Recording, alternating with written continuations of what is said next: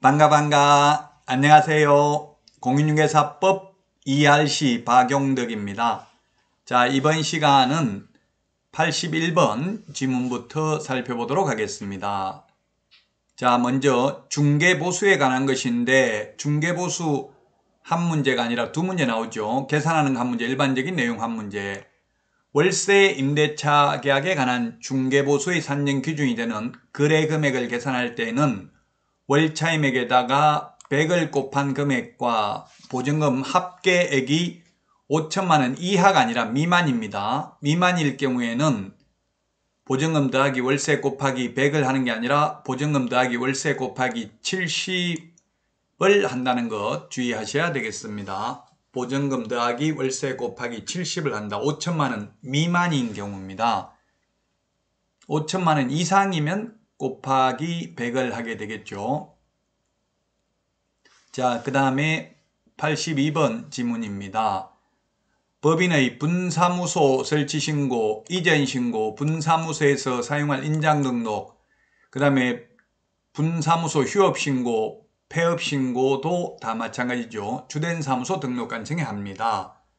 다만 분사무소에서 중개행위를 하였을 경우 중개보수는 분사무소 관할 시도 조례가 정하는 보수를 받습니다. 물론 주택인 경우 그렇겠죠.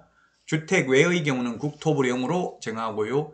그 다음에 분사무소에 대한 지도 감독은 주된 사무소 등록관청도 할 수 있고 분사무소 관할 시장군수구청장도 할 수 있습니다. 다음은 83번 지문입니다. 자격증을 분실해가지고 자격증을 반납할 수 없는 경우에는 그 이유를 기재한 사유서를 제출을 하면 100만 원 이하의 과태료를 받지 않습니다. 개업공개사에 대한 업무정지 처분은 그 사유가 발생한 날로부터 3년이 경과한 때는 이를 할 수 없다.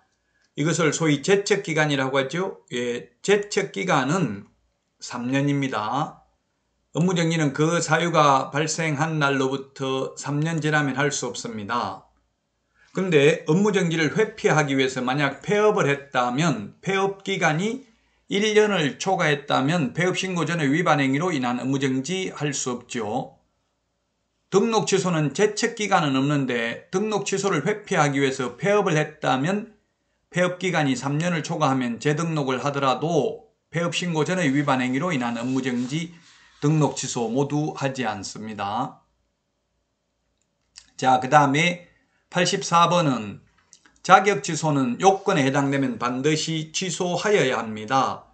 자격정지, 업무정지, 거래정보사업자 지정 취소는 할 수 있습니다. 그러나 자격 취소는 반드시 해야 되고요. 등록 취소는 하여야 하는 것도 있고 할 수 있는 것도 있습니다.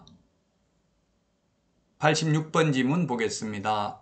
공동사무소, 공동으로 사용하고자 하는 경우에는 중개사무소 이전 또는 다른 사람이 하고 있는 장소에다가 신규 등록을 하면 되겠죠. 신규 등록을 하면 되는데 이 경우 다른 개업 공인중개사의 승낙서를 제출해야 됩니다.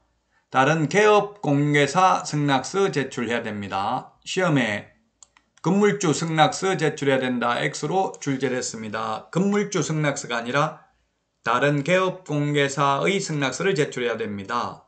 다만 업무 정지 기간 중에는 공동으로 사용할 수 없죠. 자, 다음은 86번 지문 보겠습니다. 휴업 기간 중이나 업무 정지 기간 중에도 사무소 이전, 폐업은 가능합니다. 다만 휴업 기간 중에는 폐업을 하더라도 다시 등록할 수 있지만 업무 정지 기간 중에는 폐업을 했다 하더라도 그 정지 기간 중에는 신규 등록도 안 되고 다른 데 가서 취직도 안 됩니다. 휴업, 폐업은 등록증을 반납하지만 업무 정지는 반납하지 않습니다. 따라서 업무 정지 기간 끝나면 그냥 곧바로 업무해도 됩니다. 그러나 휴업 신고를 했다면 반납받은 등록증을 돌려받아야 되니까 재개 신고를 하여야 한다는 점도 주의를 하셔야 되겠습니다. 자, 그 다음에 87번 지문입니다. 주택의 면적이 2분의 1 초과가 아니라 이상입니다. 2분의 1 이상, 2분의 1 초과가 아니라 2분의 1 이상인 경우 전부 주택에 대한 보수를 적용하고 주택의 면적이 2분의 1 미만인 경우 주택 외의 규정을 적용합니다. 그래서 시험에 주택의 면적이 3분의 1인 경우 이렇게 해서 많이 출제됐습니다. 3분의 1인 경우는 주택 외의 경우, 쉽게 말하면 상가라고 생각하고 계산하면 되겠죠. 주택 외의 경우 매매든 임대차든 모두 0.9% 범위 내에서 당사자 협의에 의해서 받을 수 있습니다. 중개보수를. 자, 그 다음에 88번 등록 요건인데 시험에 잘 나오죠. 제가 5 빼기 2는 3이다 이렇게 암기를 하라고 했죠. 전국적으로 500명 이상 2개 이상의 시도에서 각각 30명 이상의 개업공개사가 이용가입 신청을 해야 되고요. 정보처리 기사 1인 이상 확보해야 됩니다. 기능사 X, 2인 X 출제됐고요. 공인중개사 1인 이상입니다. 개업공개사가 아닙니다. 개업공개사는 500명 이상 확보해야 되죠.